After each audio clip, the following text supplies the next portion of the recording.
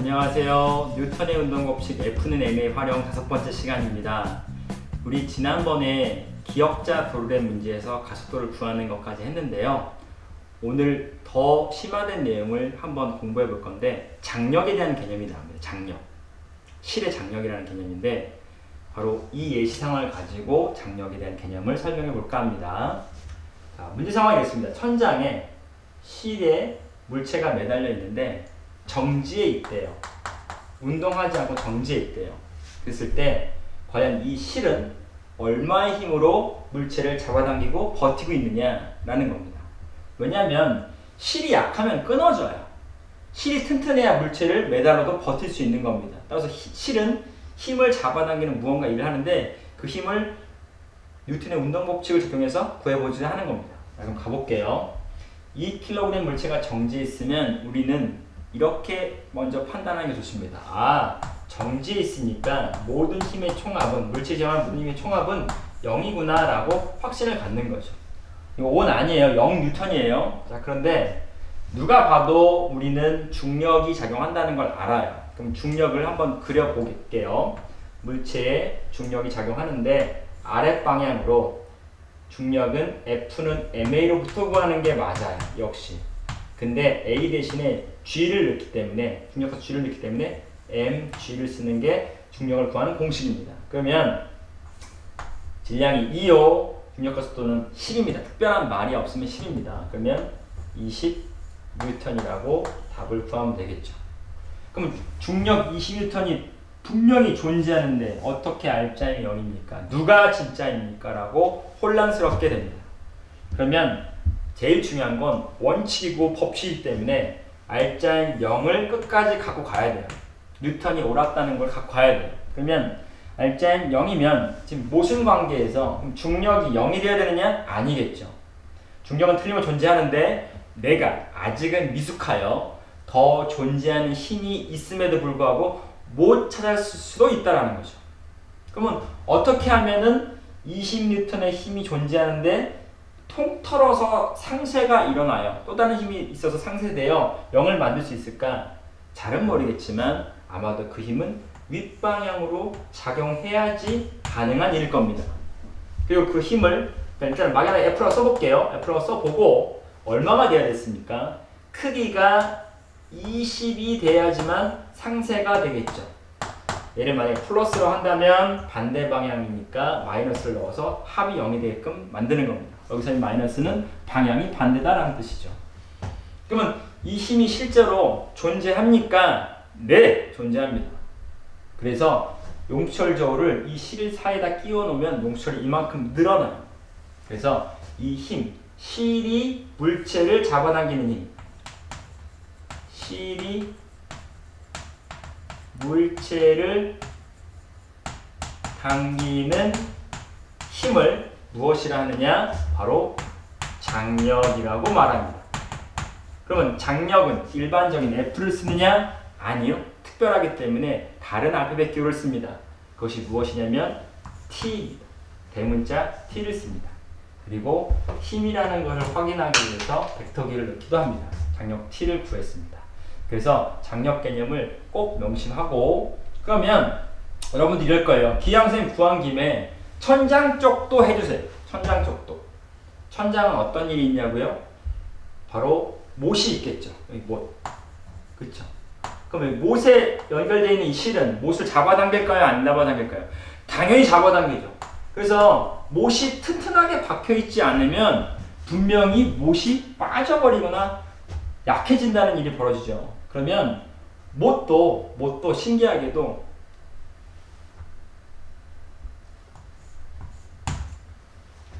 전체의 물체는 못을 잡아 당기기도 합니다.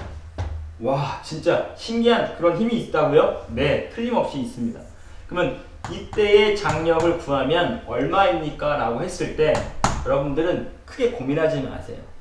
장력은 실을 가운데로 두고 한 쌍이 존재하는데 이 크기는 방금 구한 20N과 동일한 크기를 갖습니다. 그러면 크기는 20이라고 쓰면 되고 방향은 아랫방향이죠? 따라서 플러스가 아랫방향이니까 이렇게 쓰면 됩니다. 그래서 꼭 기억해야 될 건 장력은 한 쌍이 나오는구나. 조심해야 될 건 작용 반작용은 아닙니다.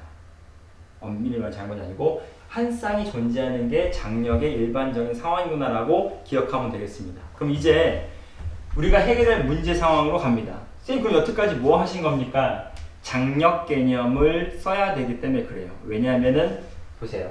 세 번째, 실의 장력, 실이 A를 잡아당기거나 실이 B를 잡아당긴 힘의 크기를 구하는 거를 물어보거든요. 많은 연습 문제에서. 그래서 세 가지를 구할 겁니다. 물체, 가속도를 구하라. 각각의 물체의 작용, 알짜 힘을 구해라. 실이 물체를 잡아당긴 힘을 구해라 라는 것입니다. 그러면 가속도를 구해보자면 웬만큼 우리가 익숙해졌을 거라고 생각하는데 F는 MA를 A는 N분의 F라고도 많이 써요. 그러면 질량의 총합은 3의 2니까 5요. F는 중력의 크기죠. 왜냐하면 매달려 있는 B에 작용하는 중력의 크기니까 바로 얼마입니까? 20N이죠. 그래서 5분의 20 답은 4가 나옵니다. 매 초마다 4m/s씩 빨라지고 있구나. 점점 빨라지는데 규칙성이 4구나 라는 거죠. 그러면 A는 구했어요. 답은 4입니다. 당연히 생각할게요. 그럼 A, B의 알짜임을 구하래요. 그러면 물어봅시다. A가 빨라지면 B도 빨라지고 B가 빨라지면 A도 빨라지고 동시에 빨라지는 거죠. 한 세트죠. B가 이만큼 내려가면 A도 이만큼 내려가죠. 그러면 A와 B는 동일한 가속도를 갖는 게 틀림없죠. 그래서 A도 4의 가속도를 갖고 B도 4의 가속도를 갖습니다. 그럼 각각의 작용하는 알짜임을 어떻게 구하느냐? 이 얘기는 20N이라는 이 힘을 A와 B가 공평하게 나눠 갖는다는 겁니다. 대신에 2등분이 아니라 어떤 등분이 나올지는 계산해 봐야 할 것 같아요. 한번 해봅시다. 그러면 A가 순수하게 가정한 힘의 크기는 바로 질량 곱하기 가속도 F는 M을 통해서 12라고 구할 수 있어요. 이건 충분히 암산이 가능하죠. 또 순수하게 B가 가져간 알짜임을 구하면 4와 2의 곱을 취하면 8N이 나옵니다. 이래서 이야기가 어느 정도 맞아떨어지는 거예요. 뭐냐?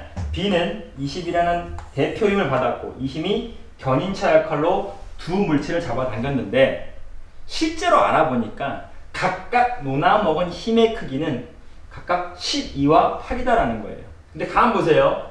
이거 비율이 12대 8이면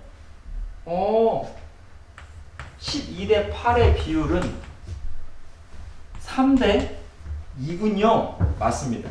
이처럼 매달려 있는 두 물체가 함께 이동하는 물체가 질량의 비에 따라서 알짜임을 배분하게끔 되어 있습니다. 이건 F는 MA에서 나오는 가장 일반적이고 쉬운 상황입니다. 대단한 이유가 아닙니다. 자, 그러면은 알짜임까지 구했어요. 그러면 3번으로 갈게요. 장력 구하기입니다. 뭐냐면 실이 없었다면이라고 전제해 볼게요. 실이 없었다면 그럼 실을 다 끊으면 되겠죠. 실이 없으면 B는 낙하하죠. 공기가 없으면 자유낙하고 A는 움직이지 않아요.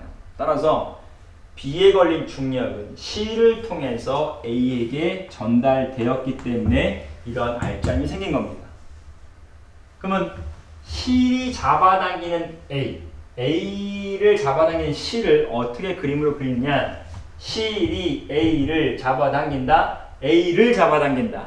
그래서 A의 목적어에다 정치고 이렇게 표현을 해야겠죠. 그러면 여기다가 장력이라고 씁니다. 아까 우리가 장력을 T라고 쓴 것처럼 장력 T라고 씁니다.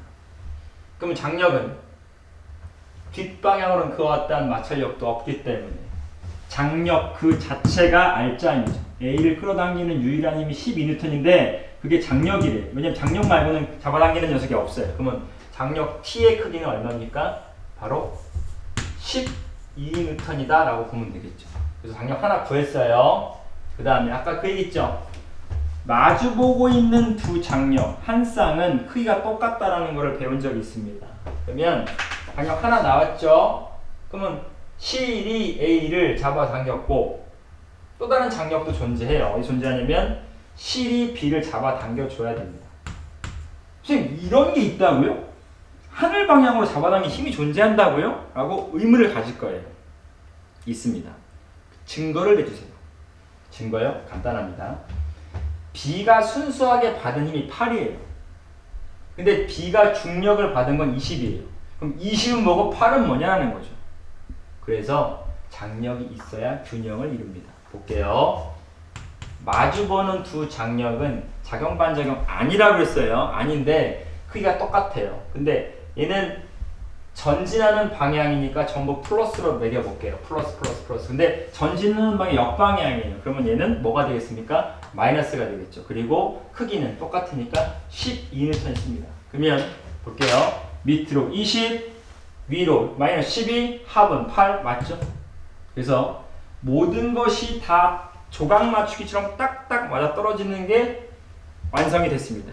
이게 기역자 도래 문제에 대한 모든 풀이 내용이고요. 이거 이상은 거의 안 나와요.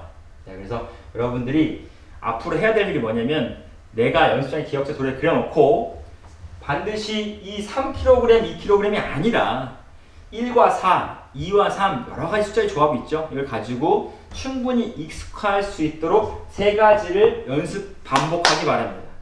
그래서 여러분들 실력이 방학 때 조금이라도 향상이 됐으면 좋겠어요. 그럼 여러분들 건강하시고 우리가 계약하고 만나겠습니다. 긴 시간 함께해서 고맙습니다. 수고하셨습니다.